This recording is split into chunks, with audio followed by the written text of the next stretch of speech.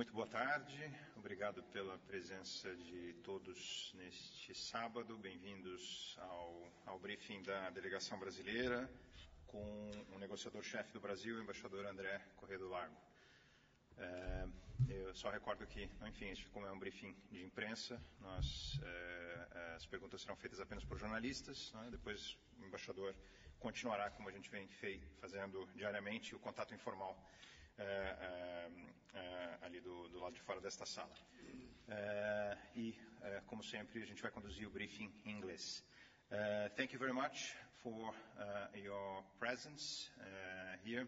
Welcome to the press briefing of the Brazilian delegation. We have our chief negotiator, Ambassador André Corrêa do Lago. We'll make some brief remarks, and then we'll have questions. Please, Ambassador Corrêa do Lago. Good afternoon to all. Thank you very much for being here on this Saturday. We are at the end of the first week. I really feel that we've had some very interesting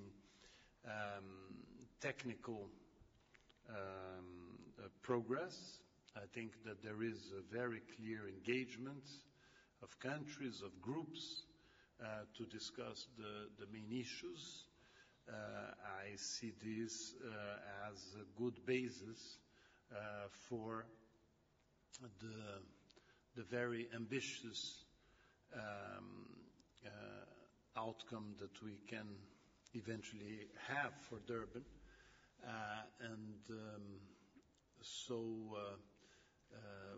The delegations now are starting to grow. We're having the highest authorities arriving.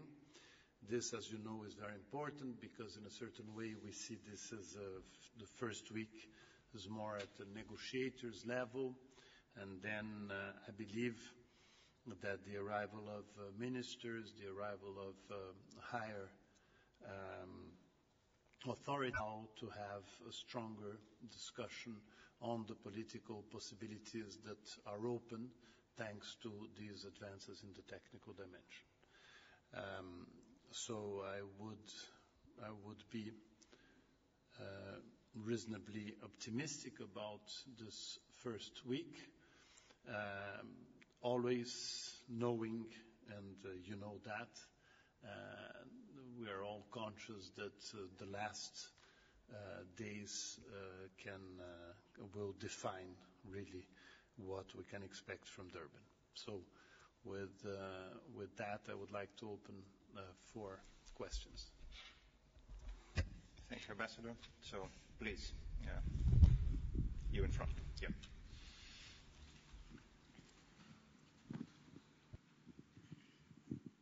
Thanks very much. Alex Morales, Bloomberg News. We've heard the LCA text today. It's quite a chunky document. What sort of effort do you need to put in so that when Isabella Teixeira gets here, you can say to her, Isabella, we did our best. There's not much for you to do. And also, if you can tell me the latest on Brazil's thinking about the EU roadmap idea.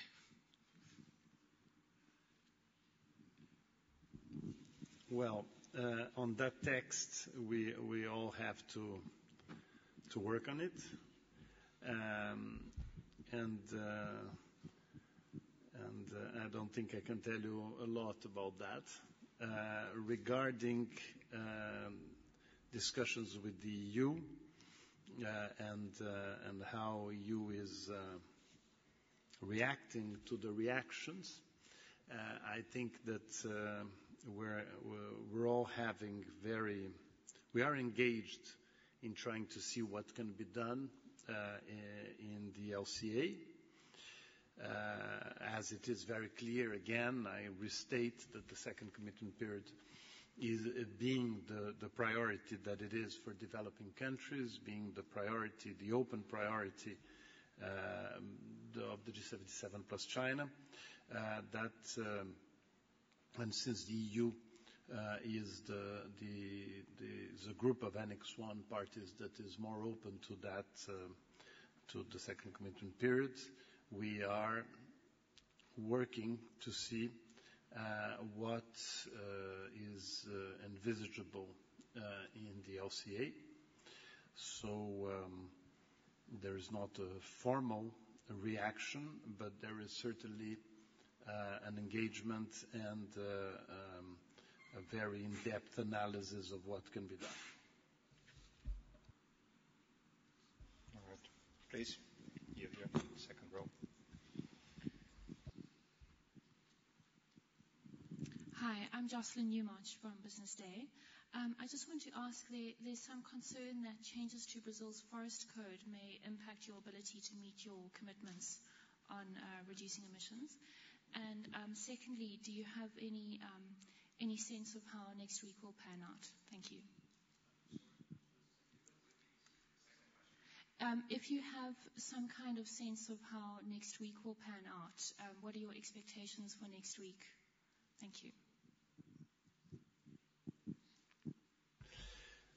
Well, regarding the forest code, the Brazilian government is convinced that the text that it is presenting will not have an impact on the government's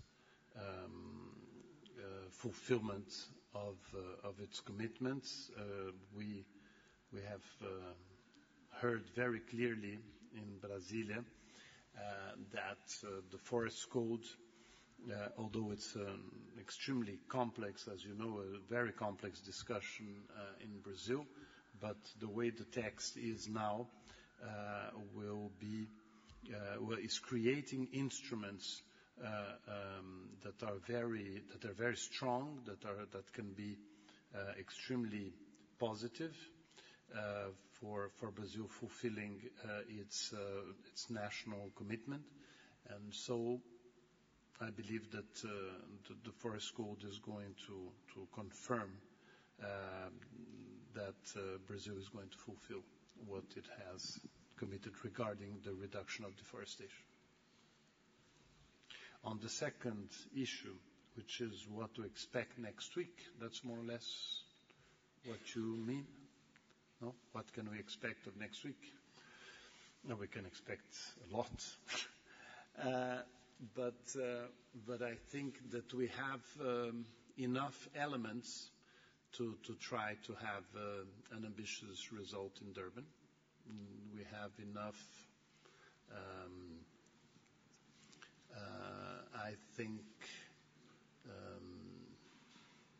we have enough possibilities of having a good result in Durban. So we really have to take this opportunity we have here, because I think that we have many elements this year that we're not going to have next year. So we can have a much more balanced,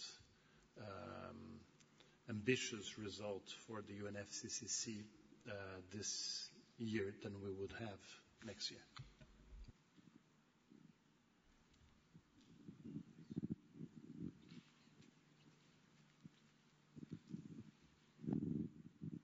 Thank you. Paleta Clark from the Financial Times.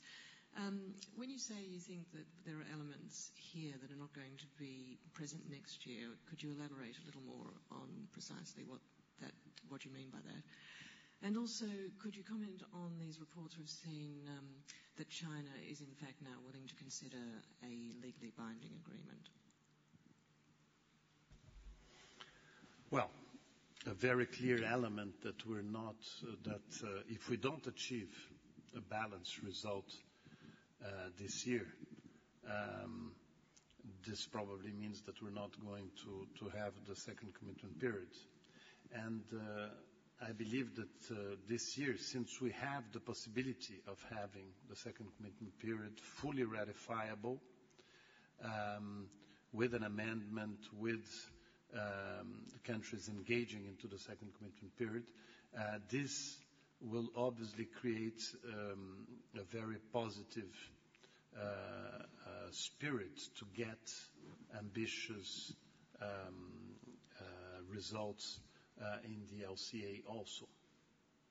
If we don't have that, as I've said before, this will really be a very bad sign for this negotiation.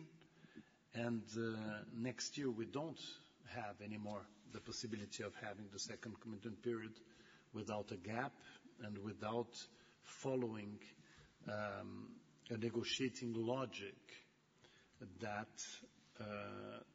in fact demonstrates the strength of this process. So next year, I think that many of the parties, many of the groups will not have as many things to offer as they would have this year. So I'm really confident that most parties are conscious of that we have an opportunity here to be ambitious, and we should not miss that opportunity. The second thing you asked me was on China. How could I forget? I think we have to read correctly what China has said. The fact is that talking about a future legally binding agreement has as a first element the United States. No? And the problem is that when you're dealing with a legally binding document that the United States would be part of, because you can't think of a legally binding outcome that does not include the United States, is that even when you sign, which was the case of the Kyoto Protocol, a legally binding agreement with the United States, you have the issue of the ratification. So, in fact, legally binding maybe at the end can be more an obstacle than an advantage for having an ambitious outcome. Because if you create a theoretically ambitious thing that is legally binding, and you're going to be absolutely pending on a future ratification by the United States to have the other ratifications, I think that hardly any country, including the Annex I countries, will ratify something with the United States before the United States after the experience of Kyoto. I think that then you will end up transferring the discussion instead of building things, instead of cooperating, instead of action. You're going to end up making it even more political. So we're going to concentrate the discussion on is it going to be ratified or not.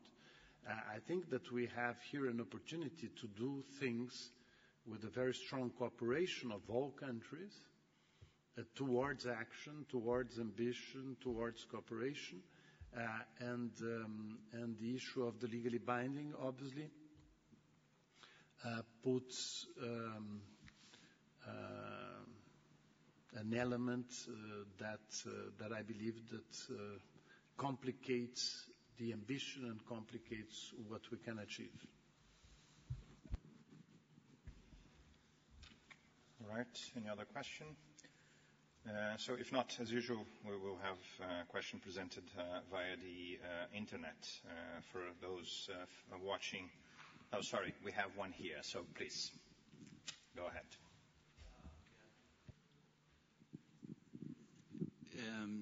Just wanted to know, India showed their concerns about... Well, I'm Jaime Velázquez from the Spanish news agency, EFE. India showed the concerns about the possible outcome of the Kyoto Protocol. So, do you have any concerns about it?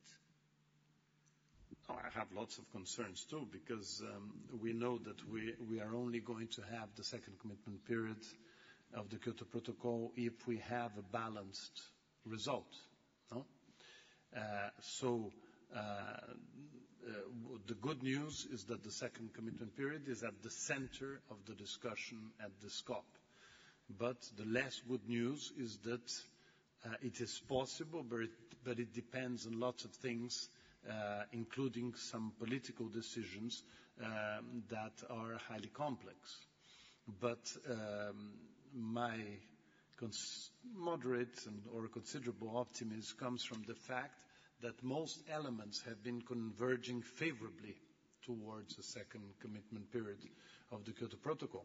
But it's logical that India has concerns like we have, because there are still many elements that are not defined and that are necessary for this outcome. Go ahead. Okay. So I was saying that you can also pose questions via our Twitter account. And so today's virtual question comes from the Washington Post, actually. And the question asks whether you are seeing any softening of positions that could lead to an overall meaningful progress here in Durban. Well, I think that no country likes to define a change of position as a softening of position. But I think that formally what we have seen are very subtle changes. But you cannot say that at the moment you can talk about softening of positions in formal declarations. But obviously, as you know, this negotiation is not only about public statements, and let's say that we can see some more constructive positions in the dialogues we're having with many of our partners.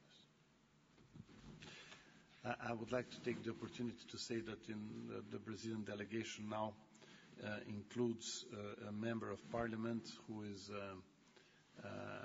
Alfredo Sirquis, who presides the Commission on Climate Change of the Brazilian Chamber of Deputies. So all the tough questions you have, please direct them to him. All right. Thank you all for your presence. Thanks for the presence of Congressman Sirquis. So thank you. Bye-bye.